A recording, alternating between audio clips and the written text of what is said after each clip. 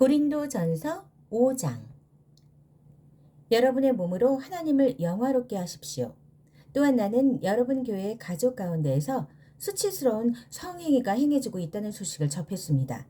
여러분 남자들 가운데 한 사람이 자기 계모와 잠자리를 같이 하고 있다는 것입니다. 그것은 교회 밖에서도 용납되지 않는 일입니다. 그런데도 여러분은 그런 일로 당혹스러워하기는커녕 태어나기만 하더군요. 그 일로 비탄에 젖어야 하지 않겠습니까? 그 일로 무릎을 꿇고 울어야 하지 않겠습니까? 그런 일은 저지른 자와 그 소행에 맞서 어떤 조치를 취해야 하지 않겠습니까? 나라면 어떻게 할지 여러분에게 알려드리지요. 내 몸은 그곳에 있지 않지만 내가 여러분과 함께 그곳에 있다고 여기십시오. 무슨 일이 벌어지고 있는지 내 눈에 훤히 보이기 때문입니다. 분명히 말하건대 그런 행위는 잘못되었습니다. 그저 외면한 채 그런 행위가 저절로 없어지기를 바라지 마십시오. 우리 주 예수의 권위로 그 문제를 공개적으로 처리하십시오. 공동체의 교우들을 모으십시오. 나는 영으로 여러분과 함께하고 우리 주 예수께서는 권능으로 임하실 것입니다. 그 사람의 행위를 공개적으로 조사하십시오. 그에게 자기 행위를 변호하게 하십시오. 그러나 변호하지 못하거든 그를 쫓아내십시오. 물론 그렇게 하는 것은 그에게 충격적이고 여러분에게는 당혹스러운 일일 것입니다. 그러나 그를 지옥에 떨어뜨리기보다 그가 충격을 받고 여러분이 당혹스러움을 겪는 것이 더 낫습니다. 여러분은 그가 다시 일어서서 심판날에 주님 앞에서 용서받기를 원할 것입니다. 여러분이 그런 일들을 겪으면서 보인 경망스럽고 무감각한 교만이 나를 괴롭게 합니다. 여러분은 작은 것으로 여기지만 그 교만은 작은 것이 아닙니다. 누룩은 작은 것이지만 빵 반죽 전체를 아주 빨리 부풀어 오르게 합니다. 그러니 그 누룩을 제거하십시오. 우리의 참된 정체성은 한결같고 순수해야지 나쁜 성분 때문에 부풀려져서는 안 됩니다. 우리의 유월절 어린 양 되신 메시아께서 이미 유월절 식사를 위해 희생되셨으므로 우리는 누룩을 넣지 않은 유월절 빵이 되었습니다. 그러니 우리는 악독이라는 누룩을 넣어 부풀어 오른 빵이 아니라 누룩을 넣지 않은 납작한 빵, 곧 단순하고 참되고 꾸밈 없는 빵으로 유월절에 참여해야 합니다. 나는 전에 보낸 편지에서 성관계가 문란한 사람들과 어울리지 말라고 했습니다. 내 말은 그 같은 짓을 하는 교회 밖의 사람들, 곧 육체 노동을 하거나 사무직에 종사하면서 사기를 치는 사람이나 영적인 사기꾼들과 전혀 상종하지 말라는 뜻이 아니었습니다. 그렇게 하려면 아예 이 세상을 떠나야 할 테니까요. 그러나 내가 지금 말하는 것은 그리스도인을 자처하는 어떤 친구가 불륜을 저지르거나 사기를 치거나 하나님께 건방지게 굴거나 친구들에게 무례하게 굴거나 술 취하거나 탐욕스럽거나 이기적인데도 여러분이 아무 일 없는 것처럼 행동해서는 안 되는 것입니다. 여러분은 그런 사람과 어울려서도 안 되고 그런 행위를 용납해서도 안 됩니다. 나는 세상 사람들이 행하는 일에 대해서는 책임을 질 것이 없습니다. 그러나 믿는 사람들의 공동체 안에서 이루어진 일에 대해서는 책임을 져야 하지 않겠습니까? 교회 밖에 있는 사람들에게 판결을 내리는 것은 하나님의 몫입니다. 그러나 우리의 형제 자매가 가던 길에서 벗어날 때 필요하다면 그들을 내쫓아 교회를 깨끗게 하는 것은 우리의 몫입니다. 6장.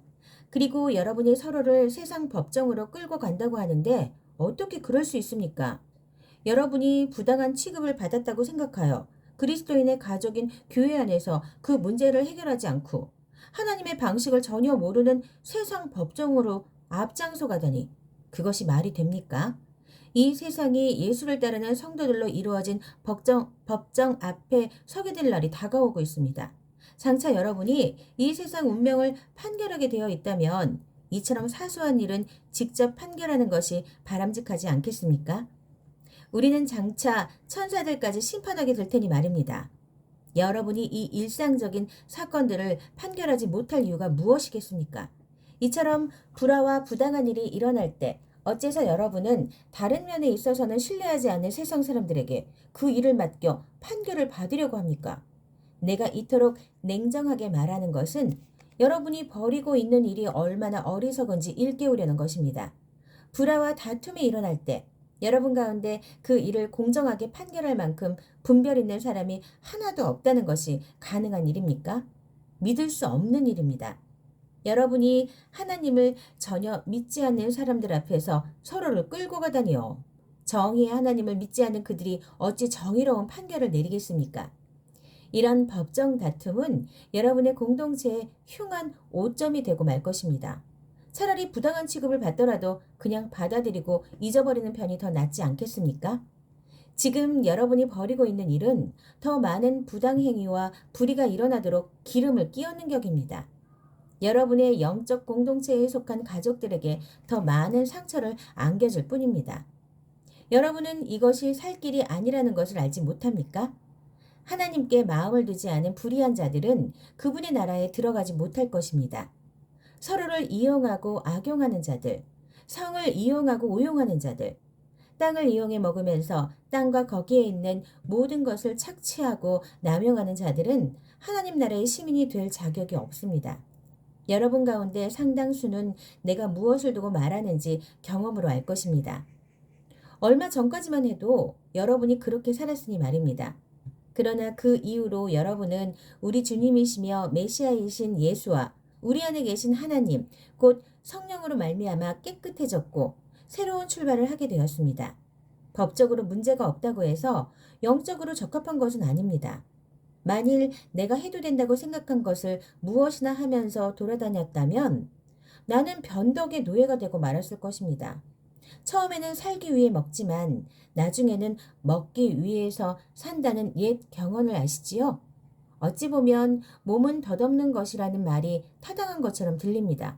그렇다고 해서 여러분의 몸을 음식으로 가득 채우거나 여러분의 몸을 섹스에 내맡기는 것이 정당화되는 것은 아닙니다.